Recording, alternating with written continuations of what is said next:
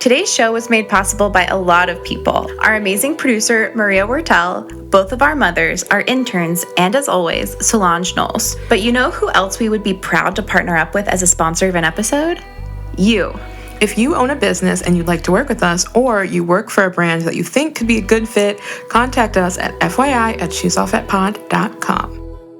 Okay, a breast reduction, it's like somebody has back pain. I can't like tell them to look in the mirror and hashtag goddess that away. I'm like, who the fuck if cares? If you loved your curves, your back would not hurt. Right. Like, sorry, it's not true. Calling body posse sisters, hush those diet culture whispers. We like your body big or small, rolls and ripples all for all. Sit on down, it's time to chat. She's all fat.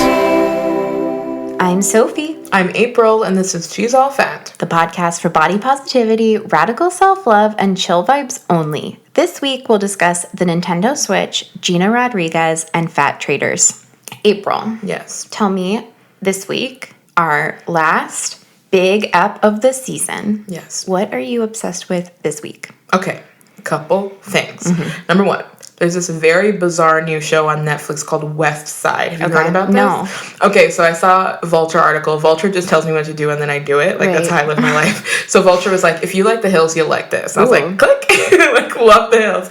And so it's this bizarre music reality show. So what it is it's like 9 people living in LA are all musicians, and they're all like very moody, and so they got picked. It's a real reality show? It's a real reality show where like this guy had this idea where he wanted to do a showcase of artists in this club called One Oak, which is just like a nightclub. So the show is like, it follows him picking these people and then them trying to like write songs together. But then the weird thing is sometimes they'll be talking about something, like one of them will be talking about like his alcohol addiction, and then it'll cut to like a very highly produced music video about his alcoholism. Oh my god. That like relates to the content of what they were just talking about, but like it's clearly his single. So clearly it was like they filmed the reality show, then they all made like 5 singles each, then they shot music videos, and then they inserted it into the reality show. But you never know when they're coming. So it'll be like in the middle of the scene, like a girl will just be like, oh, you know, I was on American Idol, but I never hit it, and I'm just wondering like, when's my next big break gonna come?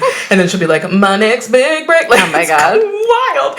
And it's not good. Like, it's not good, but it's interesting. If you like music and you like musicians who take themselves too seriously and you like drama, like, yeah, I would watch it. Fun. It's fun, but it's not good. You know what I mean? Okay, what's next? Next is, so there's this singer named Ravyn Lenae. She's like 18, like she's very young, and she has this song that I really like that I will link in the show notes, just because I mean, here, fair warning, it has a little bit of spoken word, which I do not like, but she uses like a teaspoon of it. But I really like her sound. She's like R&B, kind of like disco-y, kind of pop. I think she's really unique. And I got my eye on Ravyn Lenae. So my final obsession this week is Gina Rodriguez of Jane the Virgin fame is in trouble on Twitter this week, which I find hilarious. She identifies as Latina. She has a history of like when Black women are speaking about their experiences explicitly being Black, not just women of color, but Black, she'd be like, I think you mean all women of color. Like, she does that. One thing you don't know about Ariana Grande is that she literally sings everything. We all sing. Yeah. But so anyway, Gina Rodriguez this week got in trouble because she said something like, Black actresses get paid more than Latina actresses, which number one is not true. And number two, I think it just really set people off because she has this history of like trying to do a sort of like oppression Olympics thing and basically being like, why don't Latina actresses have what Black actresses have, instead of sort of contending with the whole like racist system of Hollywood at large. It's a very weird thing to say. It's interesting because she keeps trying to position herself as like a champion, but she won't educate herself. So she keeps getting into this shit when I'm like, you could just do some light Googling and not like have your whole ass out. But so anyway, my obsession about this is that once that quote came out about her comparing Black actress salaries to Latina actresses, people on Twitter just like lost it, and there's some really good memes out of it. So do you want to click? White actors make the same movie over and over again. Gina Rodriguez, ... Black actors make a groundbreaking film and it breaks the box office. Gina Rodriguez. Oh, brother, whoa, now. You got too much dip on your chip.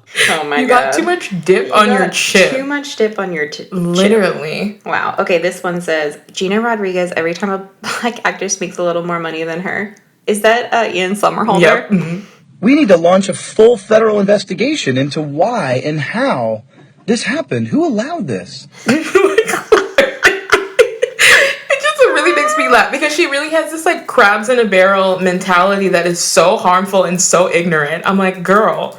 Jeez. It was interesting to see people react to this like impulse to be like, well, where's ours? Like she has a lot of tweets where she's like, where's our girl strip? Where's our Black Panther? And it's like, don't you want your own thing? And why are you so concerned about what like the small amount of Black actresses are up to? Well, why is she saying that about Black people and not about white people? That's the problem. It's like you're mad that 3 Black movies came out this year and not 120 white ones. Why isn't she like, where's our at Lord of the Rings? Yeah, she doesn't say that. Like she only gets mad when she's just like, why is girl strip number 1? I'm like, why are you mad at Black girls? That's very weird. I don't get it, but she got skewered and she has not apologized. I've been like waiting for her no tap apology and it's not coming. She doesn't do those. She just ignores it. I'm like, damn. It's gonna catch up with you, honey, but can't wait for season 6 of Jane the Virgin. Like, love it. Anyway. Damn. So those are my obsessions this week. I had many. What You're are yours? obsessed with intra-POC racism? As usual. Oh my god. Okay.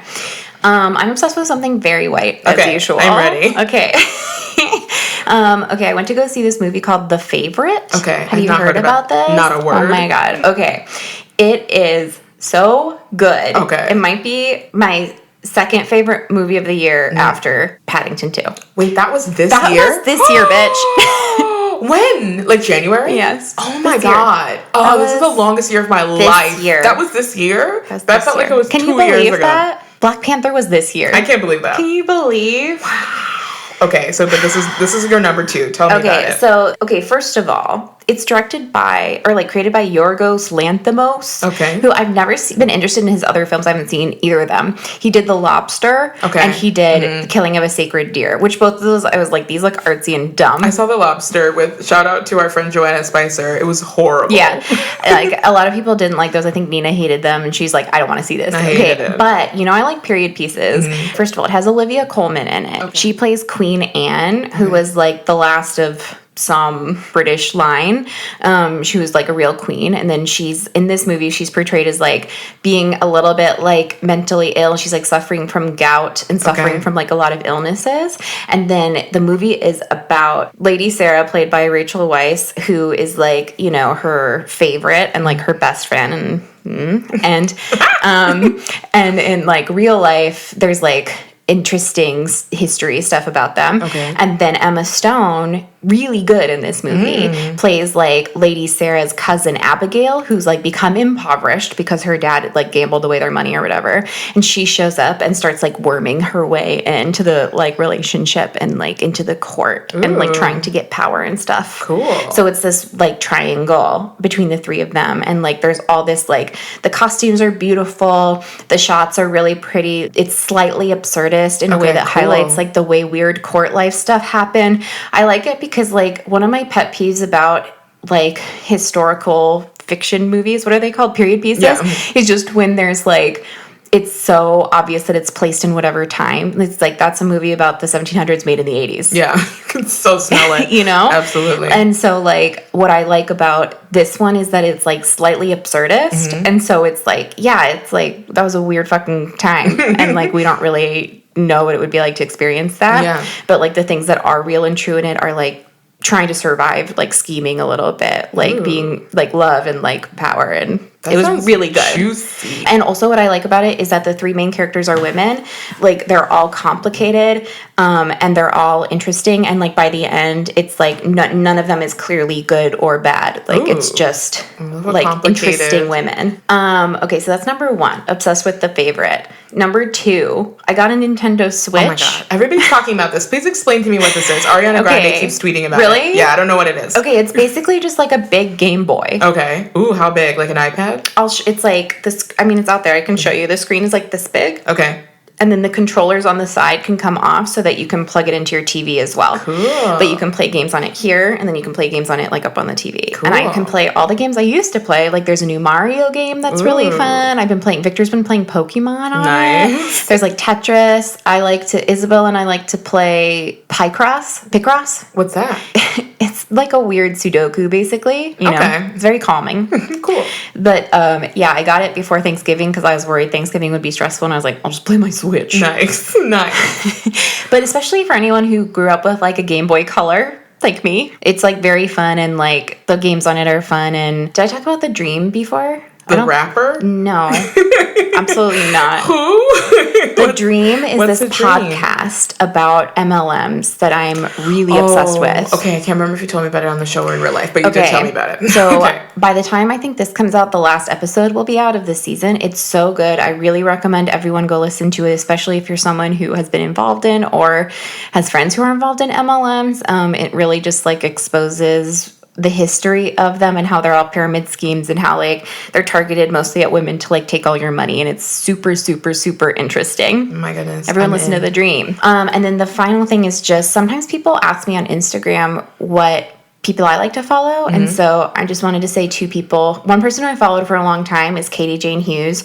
She's a makeup artist. She's like British, I think. And like she just does a lot of get ready with me like live videos that I enjoy. Like I'll be like, oh, there's a live today, and then I'll watch it, and she just like does her makeup. Yeah, I love her. Yeah. And I enjoy watching her for sure. She has hooded eyes like me, so I like it. And then this new one, her name, she's got a pretty small account right now, but I think she's like, I believe in her. Oh, hell yeah. Her ad is Poutgena. Someone else I follow recommended her. She's this pretty black woman who does lipstick reviews. Ooh. I'll show you. She did like a whole series on Glossier where she didn't like the new lips because she said that they like changed color on her darker lips or something. Oh, interesting. Like she's so cute, and she just like wears a lot of lips. She just recommends different lips. Oh my god, I'm following her. I Isn't she love a cute? bold lip. Yeah, she wears a lot of bold lips, and like she's so cute. So those are my obsessions this week.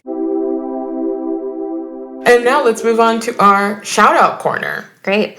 These are the names, the handles of the people who give us the reason for living to write reviews on Apple Podcasts. Thank you to everyone who rates, reviews, and subscribes to get us to the top of that new and noteworthy page one day soon. One day soon. These are the people who keep me going when I'm 45th in line at Trader Joe's and need some encouragement. So Tweet thank us you. if you think you will ever get to the new and noteworthy page. I give up. Tweet us. It's about to be season 4. Hashtag new and noteworthy. Okay, but people get featured on there when they're like, I mean, I think Two Dope Queens is still on there. I don't want to talk about Two Dope Queens. Okay, so thank you to the following people who belong to these handles. Faye Doll, KR Cola, Coley! Exclamation point. Colleen M. Mann, Eliza X101,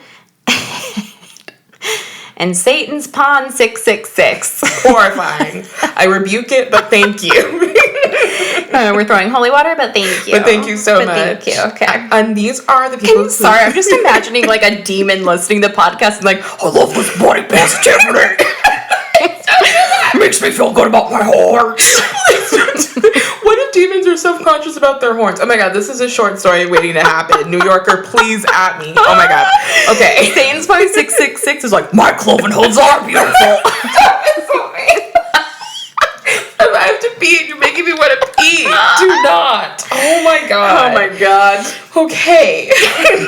And now, these are our Patreon supporters. These are people who have gone to patreon.com/she'sallfatpod and supported us. You keep the lights on. You help us make all this delicious content for you. You make us feel great about ourselves. You invest in, small media creators, and we love you. Here are some of your names. Sophie Rainier, Kylie Vest, Colleen Bremner, Christy, Caitlin Savage, and Margaret Gashu. Thank y'all so much. Thank you. Okay. And now for news. You ready? Yes. Okay, so our main news is that season 3 is coming to a close. We love you so much. Thank you for supporting us. We have this episode this week, and the next week we have a little holiday surprise for you. Yeah. And then we'll be wrapping up the season. This has been an incredible season. I'm really proud of it. Me too. Thank you for coming with us. Thank you for telling your friends. So many of you tell your friends, and then your friends email you and email us, and they're like, my friend told me, and then I listened, and she was right. Yeah.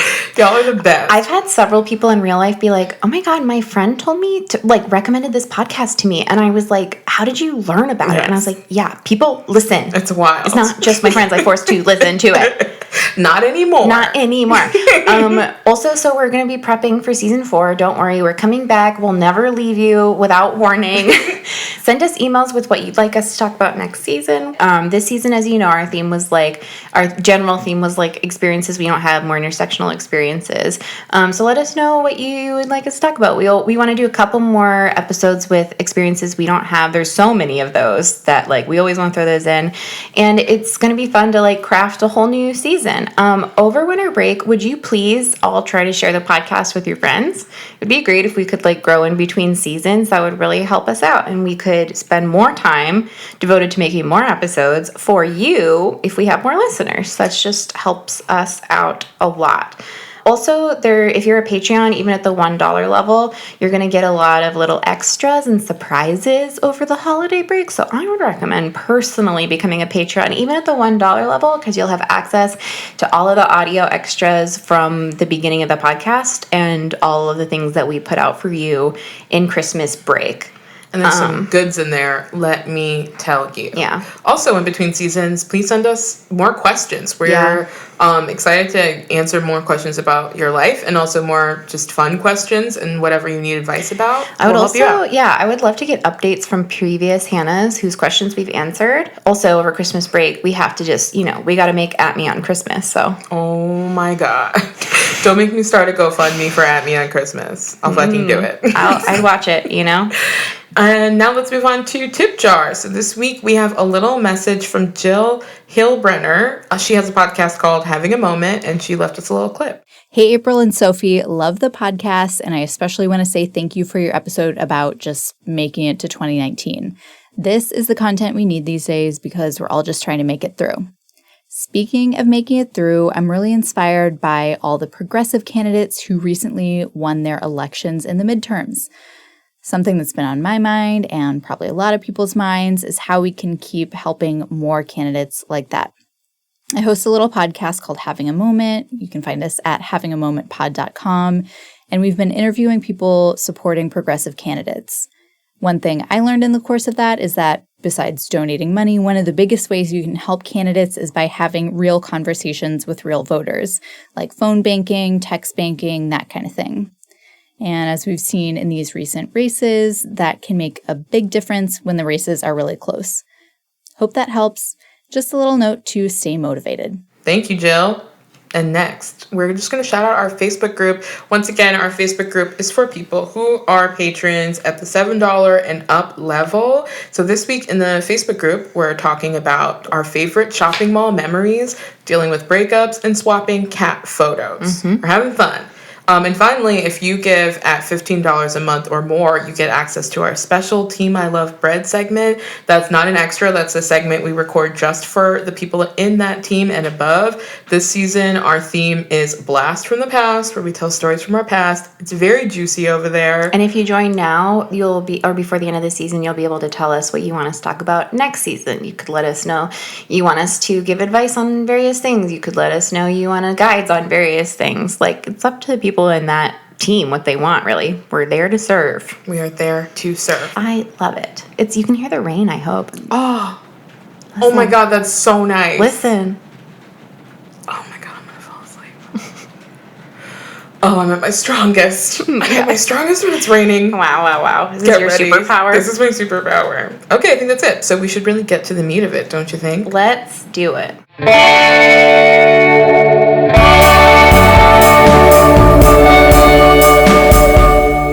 The meat of it. Okay, so this week on the meat of it, we're finally doing this episode. We're talking about Fat Traitors. Are you ready?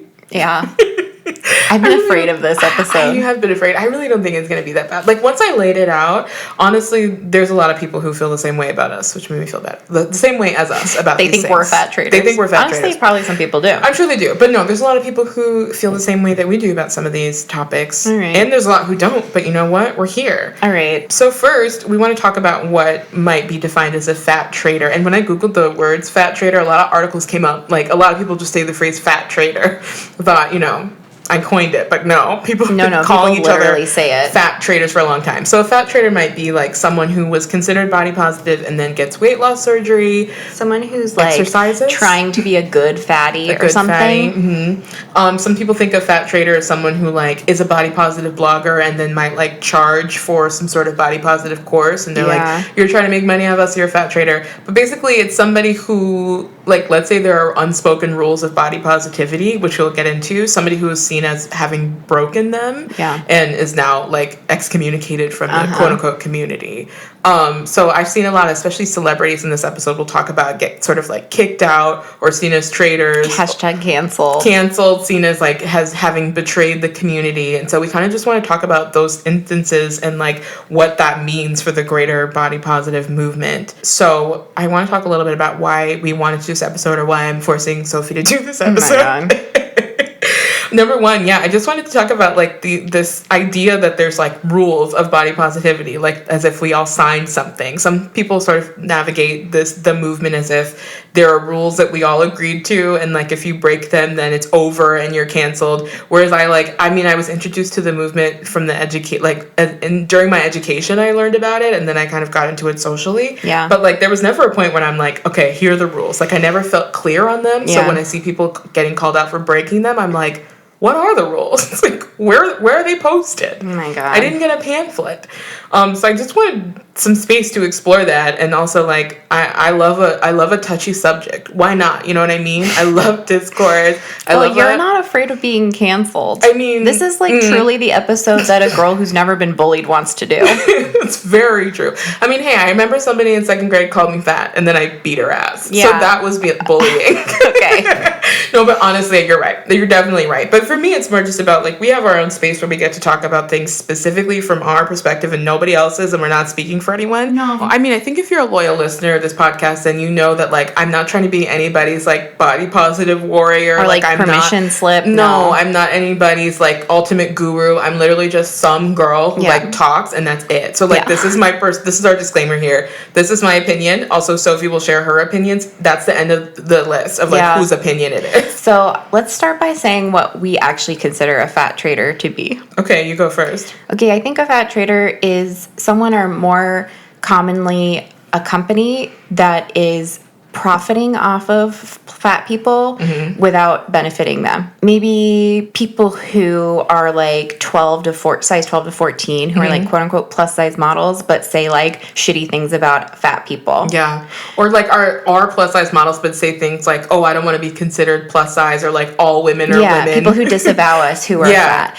Like that to me is benefiting off of us while hurting us. Absolutely. Or like, I think fat traitors are people who would work at or support companies that sell weight loss products.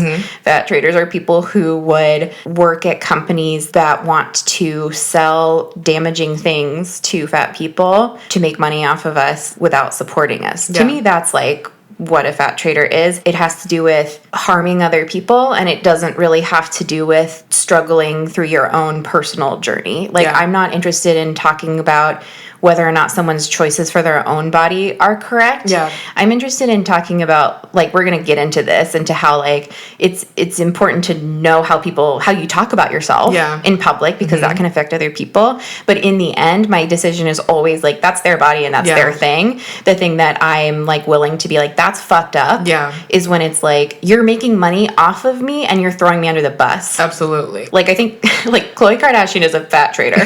Well, I mean, here's the thing, is like, I would consider somebody a fat traitor who's been like, I'm a plus size girl, but fit tea works for me. That's what she said, pretty much. But is she plus? Like, I feel like it's somebody who used to be like claims a 12. to own it. Yeah, but I think in my head, it's like somebody who claims to own it and being like, I love plus size. Like, I love being plus size. I love my quote unquote curves. And then they're like, but fit tea works great for you. Yeah, something exactly. like that. But so before we jump into the big example of being a fat traitor, I wanted to go over some of these like smaller examples of things that might get people called a fat traitor and see what we think about them. Okay.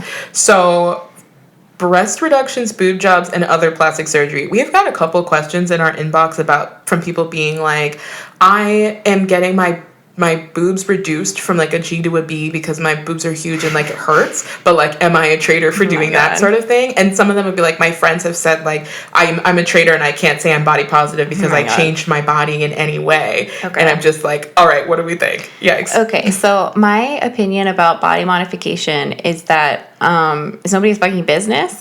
I think body autonomy. Here's the confusing part. I see people get called fat traitors, but when I learned about body positivity, the autonomy part was like the first thing I learned, which is just like you get to do your own thing in your own body, and I don't tell you what to do, and you don't tell me what to do. I think some people use that to their detriment, where they're like, I can lose weight if I want, and use Weight Watchers and promote it because it's my body. Or like find a way to say that that's body positive. Right. I think it's like the red exactly. alert. And I'm like, yes, you can do whatever the fuck you want. I'm not going to try to tell you to do what you want, but don't try to say that that's body positive. No. You know? Mm-hmm. Trying to lose weight through diet, participating in diet culture, to me is a very specific action. It involves prioritizing thin bodies over fat bodies. Yes. And saying thin bodies are in general better than fat bodies, and I want that. Yes. There are so many variations of the world where somebody can be trying to navigate something that doesn't quite match up with that, and I'm not willing to like say that they're canceled. Do you know what I mean? I just think there's so much nuance there. Right. Yeah. Where it's like, okay, a breast reduction, it's like somebody has back pain. I can't like tell them to look in the mirror and hashtag goddess that away. I'm like, who the fuck cares? If you loved your curves, your back would not hurt. Right. Like, sorry, it's not true. And also, like, if someone gets a breast reduction, they're still fucking fat. Yeah, exactly. I don't know what to tell you. But I feel that way about, it's complicated, right? Because I also enjoy fashion and makeup stuff. Those things exist within, like, a racist, like capitalist Western framework. Do I still use like Glossier makeup for my eyebrows to look a certain way? Yeah. Yeah, because that's fun and I have fun. I'm not like, I don't think anybody has like issued beauty standards to the point where they're just like, I live in the ditch. I'm like, why? Like makeup's fun if it does like fall within this range. You know what I mean? If you're really body positive, you would cover yourself in soot. Right. I'm like, grow your pubes to your knees. Do that. You don't want to do that. So it's like plastic surgery and stuff. I'm like, I think like anything else, it's important to think about and talk about within the framework of like, oh, what kind of choices are you making? What are they aligning you with? Yeah. Why are you making these choices? Exactly. Is it because you're like obsessed with looking whiter, like more like a Scandinavian person, like more thin because that's more powerful? In some ways, I'm like, okay,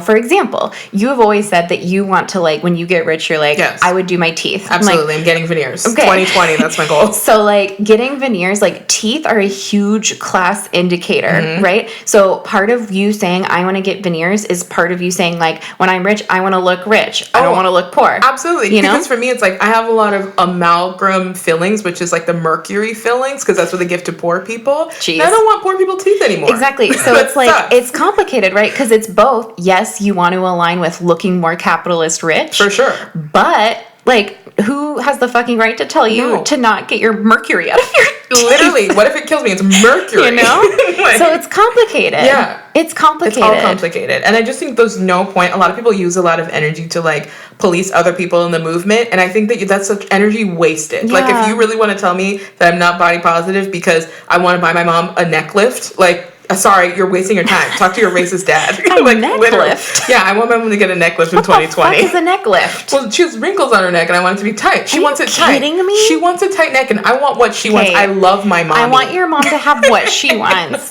But I don't think she needs a neck lift. It doesn't matter what she needs. My mommy wants a neck lift and she gets what she wants because I love my mommy. And you know what? I'm still when I pay for her plastic surgery, I'm still body positive. Okay? I can't wait for my mommy to get her neck lift. So here's the thing. It's like, I think most plastic surgery falls under the category of like, does it help bodies align more with racist, heteropatriarchal standards? 100%. Do we need to live our lives? 100%. Are you getting surgery and then using your new face to profit? Yes. That's something to talk about. That is for sure. Or are you just like trying to live in the world? Are you just like doing something to make you feel more comfortable? Like, I just don't think it can be like 100% check plus it's fine or like absolutely never. I just think it's complicated. It's complicated. And it all boils down to, Maria dropped the clip right here. Tonight on The Bachelor. There are women who are not here for the right reasons. Tiara's not here for the right reasons. Do you think that you talked to JoJo for the right reasons? She's stunning and her dress is beautiful, but it sort of seems like she's not here for the right reasons. Whether or not you're doing it for the right reasons. Yeah. Because honestly, it's true. Like, and of course, that's not going to be like a perfect rule of thumb for every situation. With that being said, intent is not impact. No, not at all. But it's a helpful way to think about it. Of just like, am I getting a breast reduction because I want to look like Pamela Anderson, or like, does my back hurt? And we also just want to do a quick note about plastic surgery in general. Yeah. A lot of people in the body positive community who are totally anti-plastic surgery, I just feel like it's really transphobic. For like, there's a lot of trans people, not all trans people, but some who like want to get plastic surgery to help them more align with their actual identity. And I feel like that's fucked up to be like, you're kicked out of body positivity because you're trans and want surgery. Yes. That's fucked up. Like, let's examine our stances in general. 100%. Problematic. That sort of gender and weight and, like, people who are gender nonconforming or non-binary or trans, which are all separate / some overlapping things, like, it's all very complicated. That's one reason we, like, haven't talked about that and have gotten questions about, like, is it fat phobic if I'm, like, trans but feel uncomfortable and, like, want to lose weight to, like, and I'm like, I don't have no idea. That's a whole other journey for someone else, and I do not have the right to talk about that at all. You know? I just feel like you feel real bold to tell somebody else who's like living in a body that you are not living in what to do with it. Yeah, I agree. Like that's fucked up. It's really interesting, like, which celebrities get facial surgery, like, which is all of them. And what they end up looking like. Yeah. You know, like, why are they doing that? To make more money. That's kind of fucked up. If, like, Jenny, who lives, like, as a house mom or whatever, wants to get plastic surgery on her nose, I don't fucking care.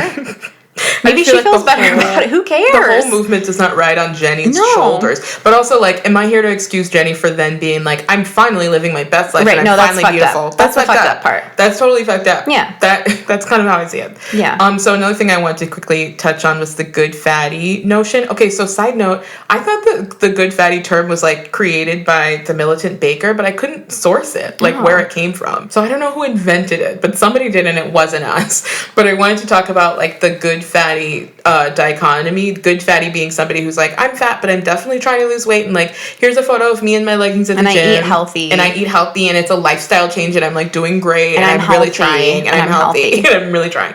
So a lot of people in the body positive movement, if you like talk about exercising at all, they sort of immediately align you as like, oh, she's trying to be a good fatty, kicked out. Where it's like, I mean, we've done a lot of episodes about exercise, but we're definitely pro exercise. Yeah. And again, I don't think that means you're not body positive. Yeah. And I don't think that means you're a traitor. And it also doesn't mean you have to exercise. We don't think that either. No. I mean, I also, honestly, I don't even like want to hashtag cancel good fatties. I'm like, wow, sounds like you have a lot more to work through. Yeah. That sucks. Sounds like you're at the beginning of your journey, which we all were. Like, once again, we always talk about on this pod, like, I don't think it's useful for anyone to pretend like you just woke up one day and like diet culture was just erased from your brain and like you were never brainwashed and like you never tried to exercise. What Atkins book? Like, I don't have an Atkins book. You also subscribed to the Weight Watchers app for 6 years, like the rest of us. Oh my God. Speaking of that, okay, the other day I was cleaning out the apps on my phone and I found this old folder that I had from years ago that's called Move Your Ass, and it's like calorie counting apps and exercise apps. Oh my God. Like I still have it on my phone. Yeah, I'm like, that was probably from like, 4 years ago. How did like, you not notice it? I have, so it's like all these folders. Oh, like wow. I have all my apps in folders, so I just saw it said like MO, like how it was so small, and then I clicked on it and it said Move Your Ass. Oh my God. It was like years ago. I was on a diet like within the past 5 years. Wow. So like let's not pretend like and here I am on She's All Fat. Right. You know what I mean? Right. I'm not perfect. No. I'm not a perfect person. There's many things I wish I hadn't done. We're gonna drop the clip. There's many things I wish I didn't do. As we talk about all the time, body positivity needs to be decoupled from health. The thing I feel strongly about in body positivity and health is that like health is not a reason to treat someone with respect or not. Yep. Mm-hmm. And so I'm like, people can be pursuing their health or not pursuing their health. Doesn't really matter. You still have to treat people with respect. So like if people, I think there's like definite understandable resentment towards people who are like trying to get approval from thin people for like exercising and stuff. But I generally think those people are just still entrenched in diet culture, and I feel bad for them. I'm not trying to cancel them. I don't necessarily want them to profit off of us again. And I don't think that they need to like position themselves as leaders of the right, movement. no, they should not. But I also like acknowledge their humanity. Yeah, I'm like, this doesn't make sense if it's a movement you can only be in when you have a PhD in it. Exactly. I'm like, who's going to be in it then? And who is that welcoming? It's not welcoming to people who are on their day one, which is most people. Because again, most of the world hates fat people still. Like, we need people to be on day one. It's fine. And most people have never heard of body positivity. As wild as that is to think, trust us, from doing this show, a lot of people are like, just heard of this concept from your podcast. Yeah, literally. Like, most people, like pretty much everyone you know. But that's it. That's it. Yeah. So finally, I want to talk about the biggie as far as Fat Traitors, which is biggie. The biggie. Get jiggy with it. Are you the biggie? I'm the biggie. So I want to talk about the biggie, which is weight loss surgery. So my overall note for like having a rule of thumb about these sort of things is, are they doing it for the right reasons? I'm here for the right reasons. God. This compilation, like, really, it made me laugh. Okay, so as I mentioned earlier when I started researching for this episode, the main people who have been publicly called out for being a fat traitor are like celebrities who are fat, who have like expressed, quote, loving their curves or a similar sentiment, and then gotten weight loss surgery. So the first instance of this that I want to get into is Ashley Nell Tipton, if you remember from Project Runway fame. It's a designer that was fat and then notably like used the word fat on the show and got a lot of attention for that and did like plus size clothes or whatever. Yeah. Got weight loss surgery a couple years back, and people are really upset about it. I think what really set people off was this quote in like a, I think, People magazine interview about it, where she said, "I'm not telling anyone to get this surgery. I'm just telling you to love yourself enough to know what's best for you and your health." So I'm going to read a little quote from Virgie Tovar, got a question about this for like her column. And she said that this is her mantra for dealing with when this kind of thing happens. So Virgie is explicitly like anti-weight loss surgery. Mm-hmm. So she said, "I live in a toxic culture that dehumanizes all people and compels us to take up the fight of becoming as completely ununique and homogenous as possible. As a fat woman in particular, I'm being encouraged to undergo unnecessary and barbaric surgery by a heavily biased industry, medicine in quotes. Further, I'm being gaslit by people I admire who are suggesting that this unnecessary and barbaric surgery is something I should do if I love myself." So I think that it was interesting that Virgie laid it out like this, because like I said, I think people should get weight loss surgery if they really feel like that's what they need for themselves. But this is an example where, like, I do think that's fucked up that she said, like, love yourself enough to get weight loss surgery. That's fucked up for sure. Like, using self-love language, which, as we know, that's the most popular version of body positivity, is like the personal kind online or anything, to be like, if you have self-love, you would love yourself enough to go down to the office and get your stomach. I was like, oh my God. I just think that's fucked up. Yeah, it's really fucked up. But again, I don't know that I'm willing to call like Ashley Nell Tipton a fat traitor. I mean, you know, I just feel like that's heavy for anyone. Yeah. I mean, I really agree with whoever, shoot, I'll have to find the article, but someone wrote about Roxane Gay's weight loss surgery. I know we're going to get to her in a little bit, but someone wrote about it and they were basically like, I really can't blame anyone who is fat and lives in our world and has so much hate thrown at them all the time. Anyone who like decides it's too hard. Mm-hmm. Like, if that's too hard, it's too hard. It doesn't make you, like, a bad person if you're like, actually, I prefer not to be dehumanized every day. Yeah, absolutely. I just think we really need to take stock of the body positive movement in general. Like, the reality is, it's not very welcoming. If you go on Instagram and you search body positivity, it's like a white girl who's a size 12. If you're not that, you feel like you're not included. If you are that, you might take up too much space. It's not welcoming to people who, like, aren't currently on a diet and don't know anything about this. Yeah. So why would you also set up, like, new barometers of what it takes to be involved in it? Yeah. Like, it's not a clique. I just want you to not punish yourself. Yeah. That's it. And I want to, like, be able to navigate and live in the world without being disrespected, like, 24/7. Right. Like, literally, that's it. Is the surgery fucked up? Yes. They cut out half your stomach. Some people can never have soda again. Is that fucked up? 100%. They also don't know a lot about it. Are some people told that if they don't do that, they're going to die in a year? Are some people told that if they don't do that, like, they're going to, like, ruin their lives? Are some people told that if they want to maintain, like, having health coverage, they need to do that? Yes. Yeah. So, like, I just don't feel like I can really blame people for making that choice, especially when they exist in a larger body than I do and are, like, more marginalized. We got an email one time about someone whose mom was, like, a size 14 and was, like, trying to gain weight to a size 16 so that she could get weight loss surgery. Yeah. That's fucked up. Yeah, that's bizarre. Like, that. But, again, I'm like, wow, she's so trapped in diet culture. Yeah. She needs help. Exactly. you know? Like, if somebody desperately needs help like that and they're clearly so sick from this society we live in, I can't imagine just pushing them out when that's when they need you the most. Why would I be like, hey, get the fuck out? Yeah. Maybe I would be like, hey, there's specific spaces with really vulnerable people that you can't be in right now because we need to protect them. But I still want to, like, as someone who has the resources, I want to talk to you about this. For sure. You know? So it's like, who's going to tell them otherwise? You think, like, if you kick someone out of a community, they're going to go out and then be like, I'm going to do my homework. No.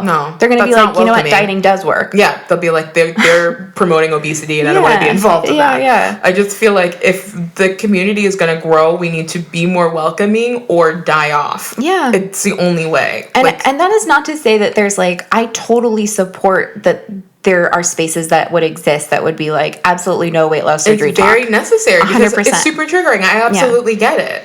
But that doesn't mean to me that there should be no spaces where that's acceptable, especially because most of the body positive movement is small and mid fats. Exactly. And those are not the people who are most targeted by this surgery and not the people who are most likely to get it. Yes, absolutely. And not the people who are most marginalized by a fat phobic world. So I'm just kind of like, if I were super fat, I could talk on it more. I'm not. So I wanted to read this excerpt from an article by Laurel, Dickman, friend of the pod, who wrote about when Gabourey Sidibe got weight loss surgery and got all that shit for it, like last summer.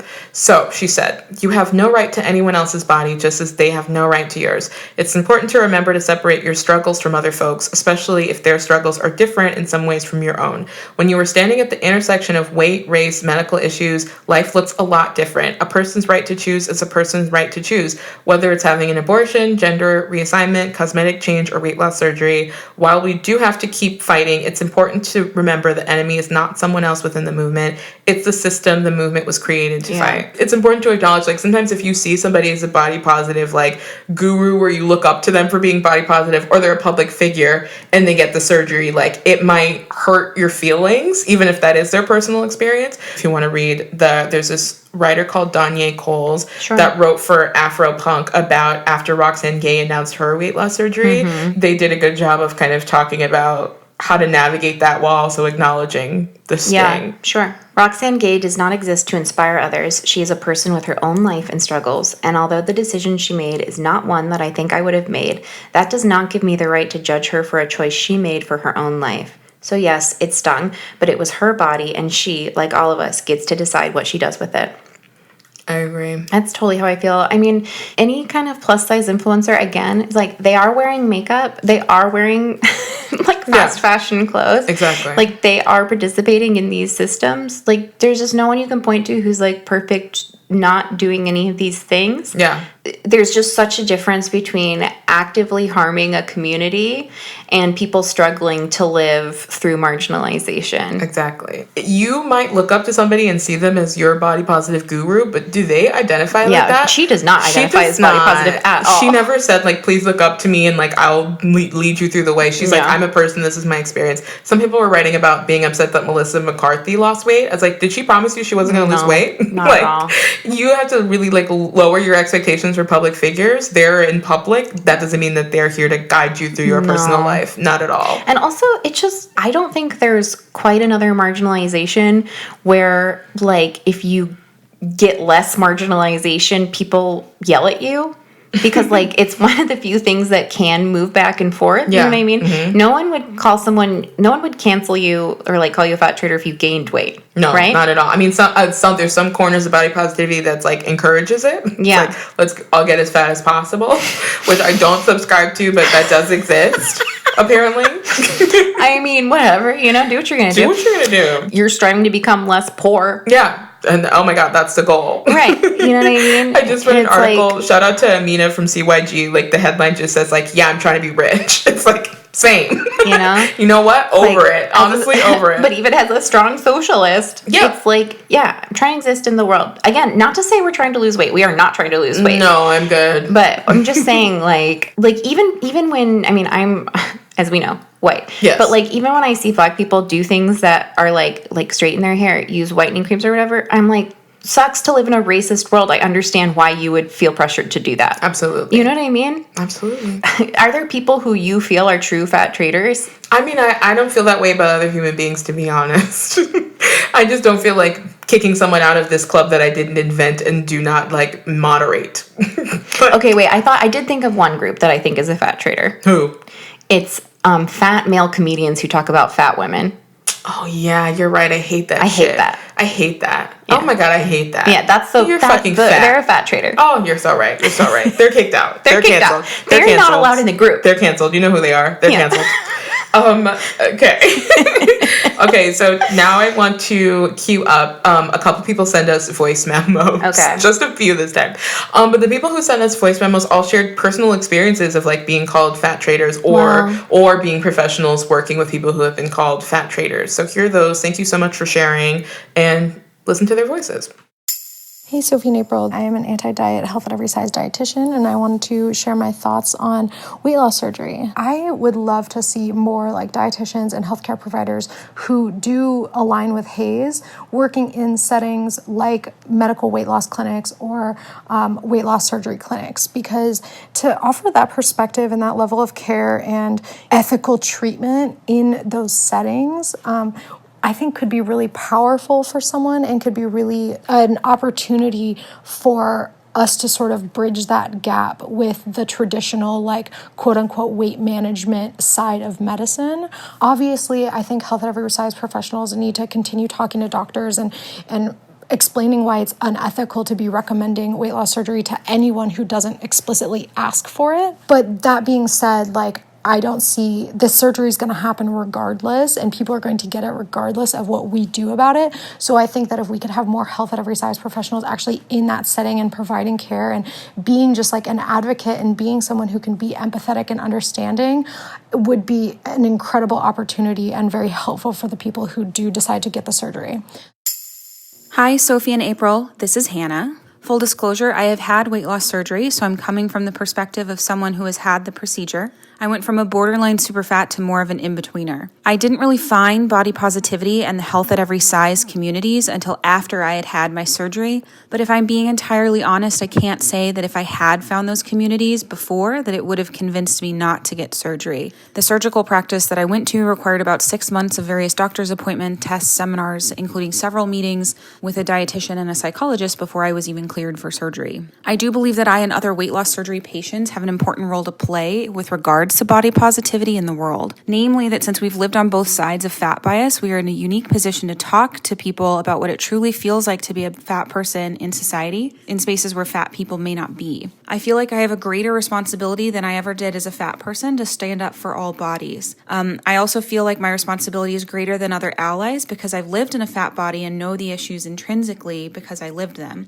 What that means to me is stepping back from the center of the movement into an ally role, promoting marginalized bodies, and supporting people and causes who are pushing the body positive movement forward. Ultimately, I think that excluding people from the body positive movement is antithetical to the base premise of the movement, that all bodies are worthy of respect. And I understand that there are people who may be upset about the choice that I made and feel that it's a betrayal of body positivity and especially fat positive movements. And I respect and understand that opinion and only ask that people not discount us completely as allies. Hey ladies, Hannah here.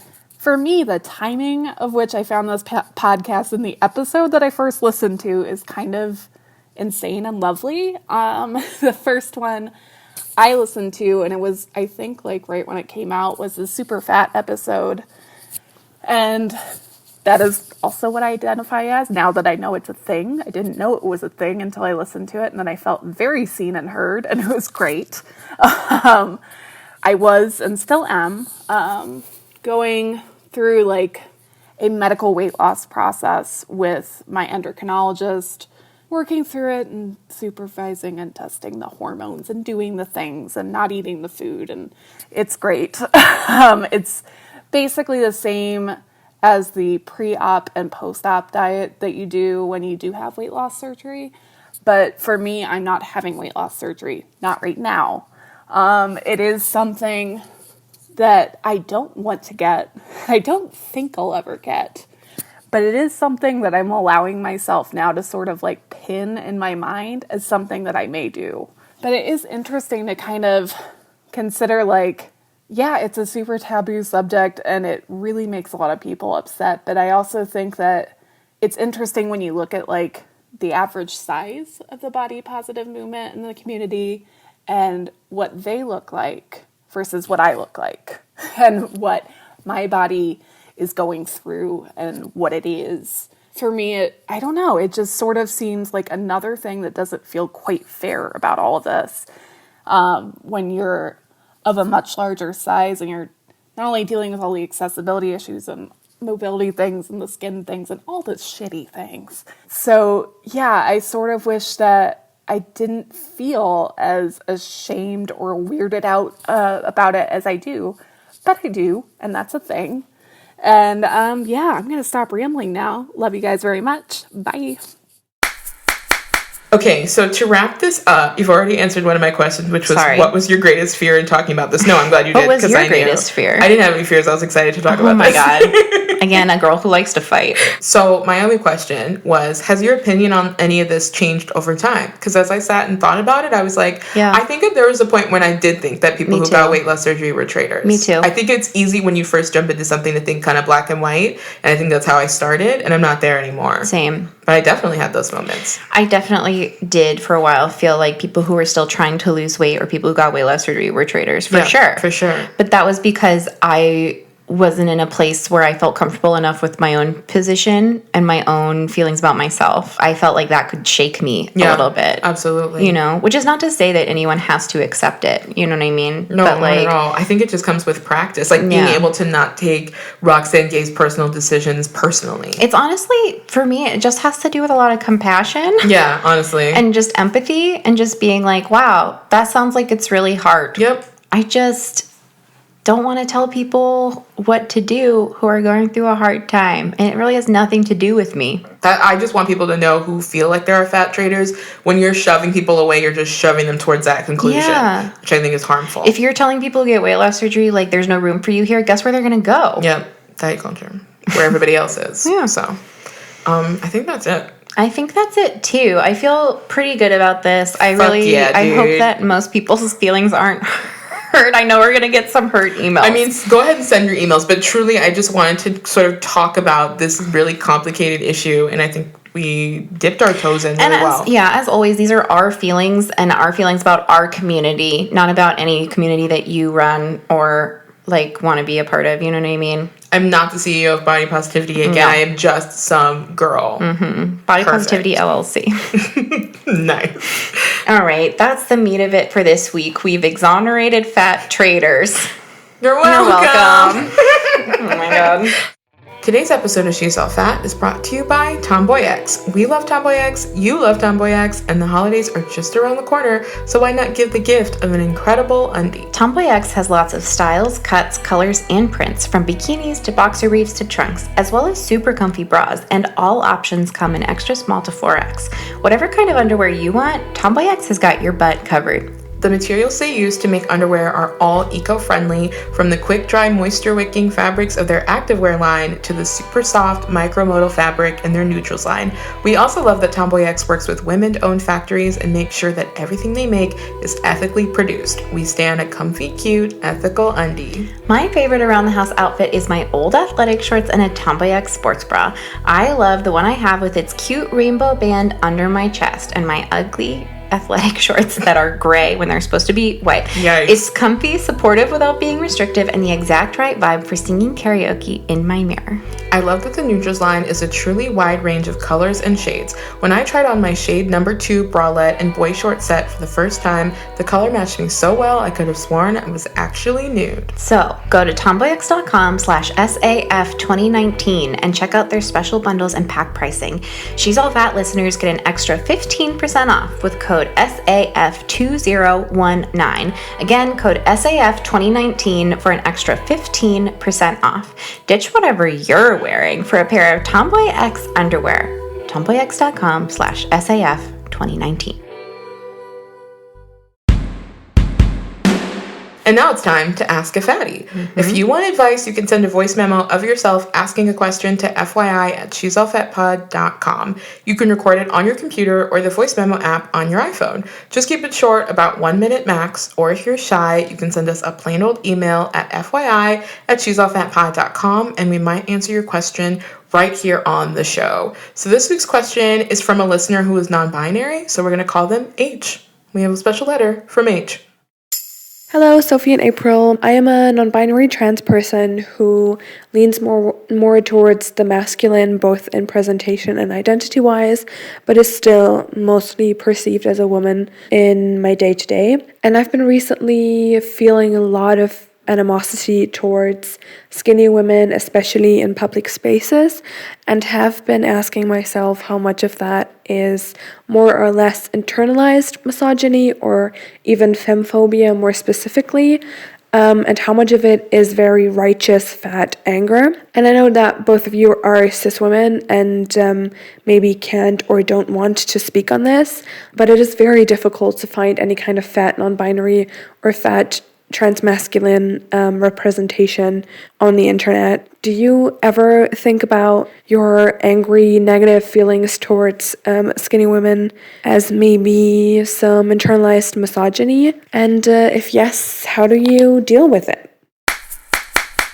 That's a great question. Very thoughtful. So first of all, thank you, H, for acknowledging that, like, yeah, we're both cis, and so I definitely can't speak to your experience, nor would I ever try to. So thank you for, like, just putting that out there so everyone knows that's the case. Love the idea of, like, the queer community coming to us for answers. I'm like, wow.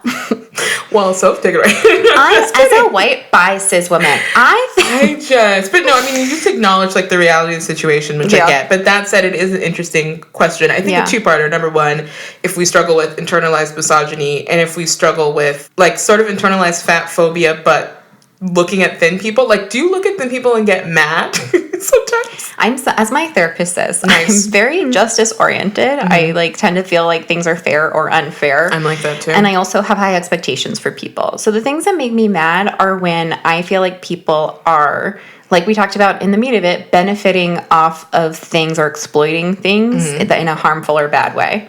So if I see someone who's just thin, I'm not, like, mad at them for being thin. If I see someone who's like, I'm thin and, like, I love being thin and I'm getting attention for being so thin and look how tiny my waist is, then I'm like, fuck you. I think I don't know that I would even label that as, like, internalized anything. I think I just get mad when thin people take for granted how much they don't have to know about. Yeah. Like, I think I feel burdened by having to be so knowledgeable about this shit when they just can live their life sort of ignorant and it won't affect them. I will say sometimes I feel slightly resentful when I walk into a space and I'm the only fat person there. Oh, yeah. But that's different too. I'm not like, oh, I hate being around only thin people. It's like, oh, I feel alone. Yeah. But so I think, like, H asked if it's justified, and I think, like, absolutely. Yeah. Like, when I see a thin person who's taking for granted their privilege, I think that's justified because it is fucked up that they do not have to acknowledge how much more difficult my experience in my body will be. Also, like, H has this added element, you know what I mean? I think, like, part of what H is, like, talking about is, like, they feel, like, anger when they look at people who, like,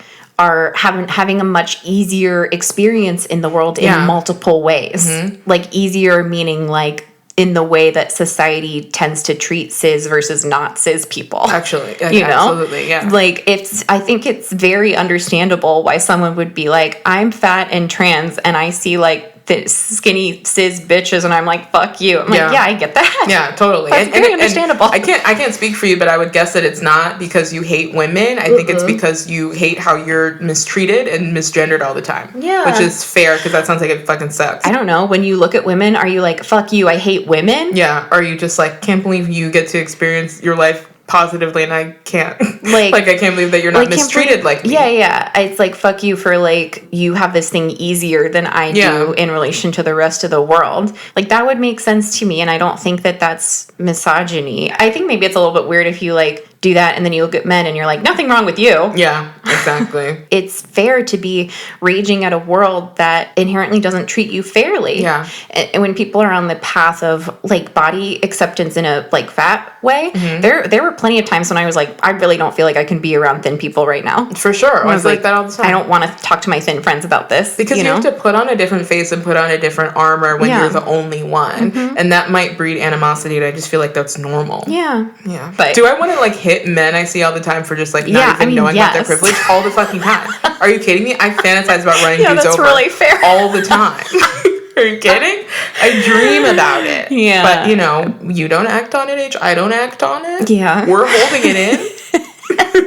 I take it out on my sins when I go home, you know? Like, you know, when you're looking at women, are you like, you dumb bitch? Yeah. You know? Exactly. That's misogyny. That's for sure. That would be a little internalized misogyny. Are you resentful? That's different. Yeah. You know? Keep us posted, H. Did you slap her? Yes or no? Who's her? Whoever is the subject of the animosity. Oh my God. No, we feel you. We understand you. We feel you. You're valid. It's fine. You just keep being your amazing, fat, trans, masculine self, and you're valid. And follow Jay at Comfy Fat Travels on Instagram. And just like keep being you, because we appreciate you.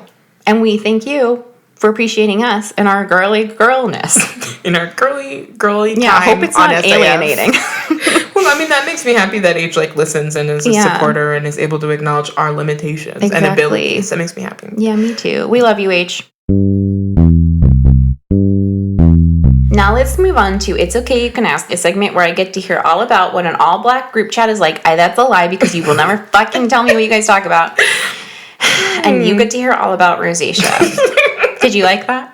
Did you like writing that? I loved it. Wow. Some of my best comedy writing goes into this part of the script. Okay, we'll find the answers. I see all the cool black people who tweeted you like, "What, Sophie, now this?"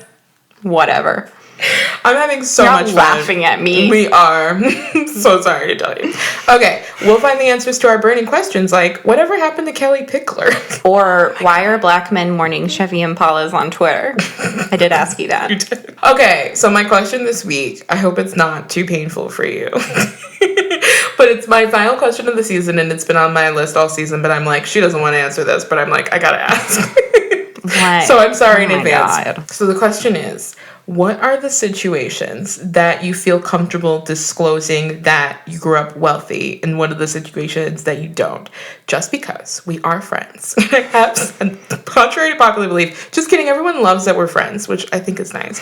But we've been in situations where I've seen you like be like, and you know, I've had this experience because I'm wealthy. Like I've seen you be comfortable to like disclose it, and other times when I see that you like you haven't, like you've sidestepped it because you clearly didn't want to, which I respect. But I'm curious, like, what are the situations where you're like, okay, I feel comfortable bringing it up here. I feel like it would be like a necessary or interesting part in like this conversation I'm having in this space. And what are the times where you're like, I don't want to get into it? Because I think, by the way, both are valid, and I don't think you're bad for not wanting to be like, you know how you want to eat the rich? I'm right here. Eat me. Like, I don't know what it's like, but I feel like sometimes I would assume it would be uncomfortable because people don't like rich people right now.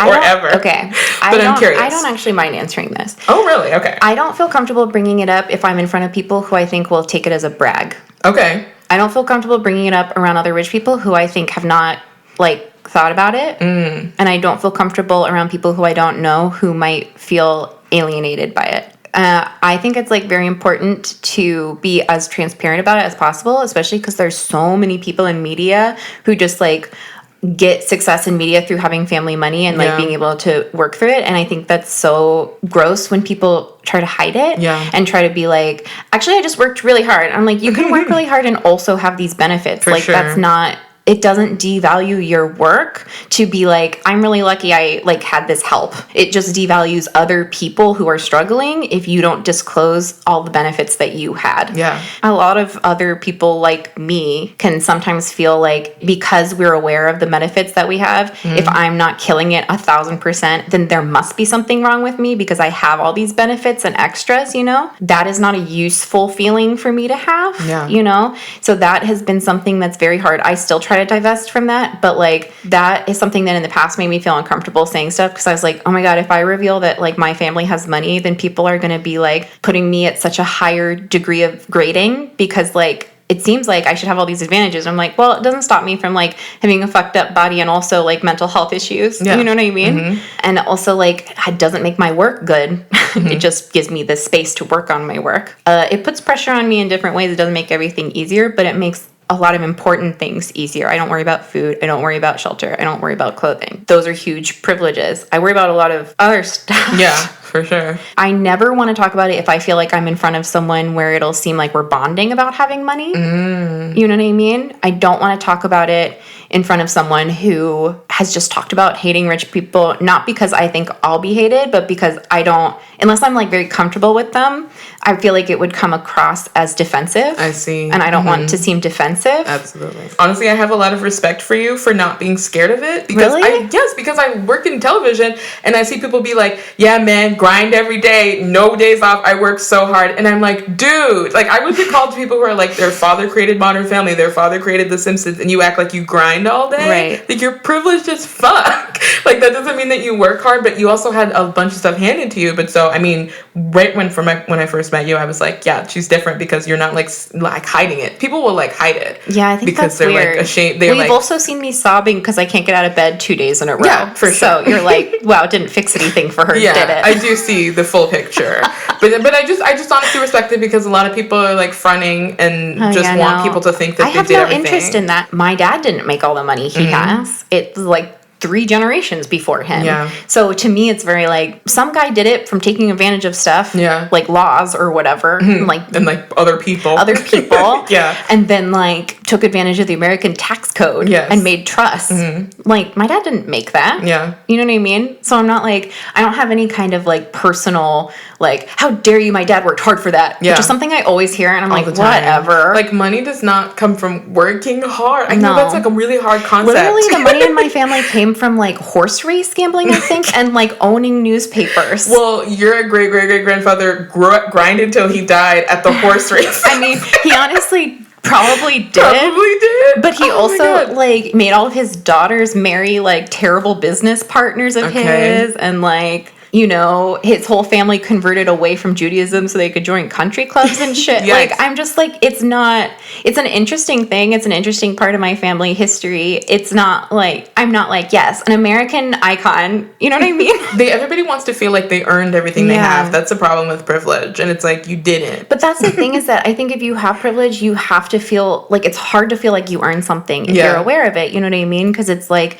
it's very clear to me how many advantages I've had from just like, having parents who expected me to go to college and put me in schools that would help me get to college. Yeah. Like, did I work really hard in high school? Yes. Did I have every advantage to help me get to Stanford? Yes. Yeah. I just don't think those cancel each other out. I can be really proud of the podcast and also be really like grateful that I had family money that let us buy mics at the beginning. You know, I don't think that makes the podcast any like less good because of that. You know? I just don't think the only way you can be proud of yourself is if you've like suffered the most. Because even as I'm somebody who's like been very marginalized, but also there's lots of ways that I've been privileged. Like even being able to talk about body positivity, I learned about it when I was at my fancy college. Like that I still feel accomplished. Yeah. There's got to be a way to like have both of those things exist at the same time. I just think that a lot of that comes from the like false correlation of in America of work ethic and reward. Yeah. Where I'm like,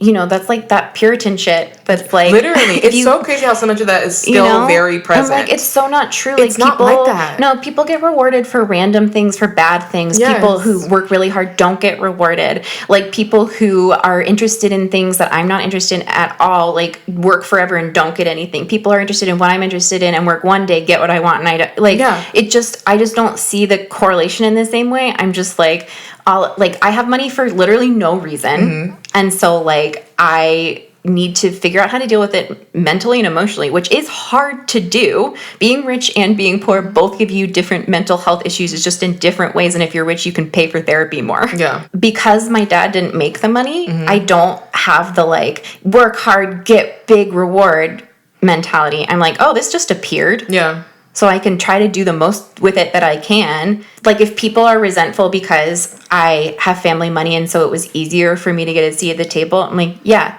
that's valid. That's how privilege works. I'm white. That's true. You know, I just don't see the point in like trying to hide the strings because like I have enough confidence in my value as like a worker in the work I do day to day and in like my thoughts and my voice and stuff. I'm like, that is worth what it's worth. Yeah. It's not made more or less because of my money. I get more opportunities because of my money. That's not fair, and I don't have to pretend that it's fair.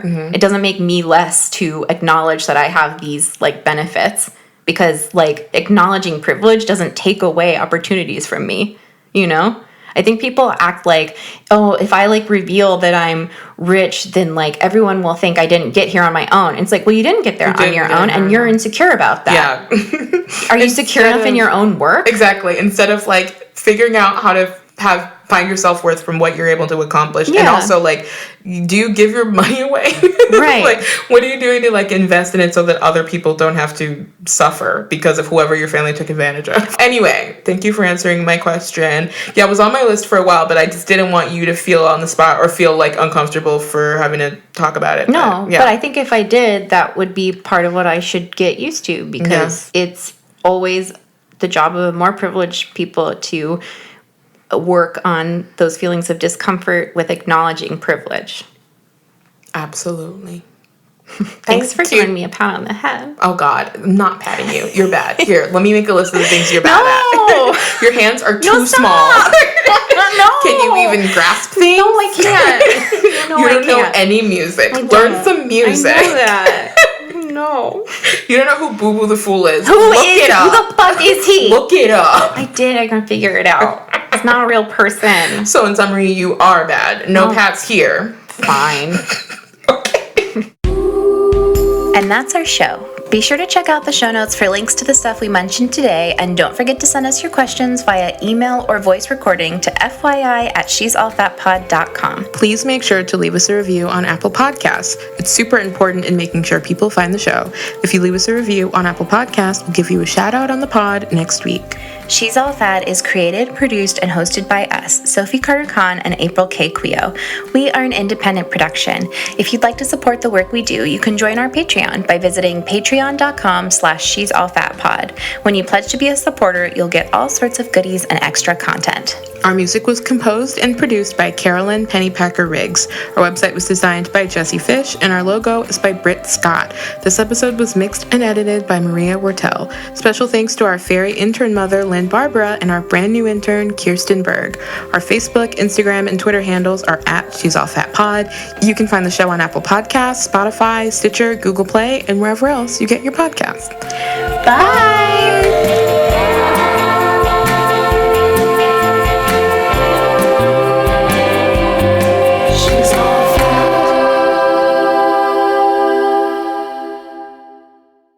Fucking I hate when you do that.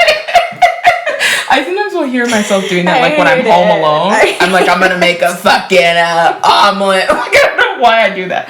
Okay. It's just like you're about to, like, hit on me in a terrible, gross way is what it sounds like. Fucking what are you doing Thursday?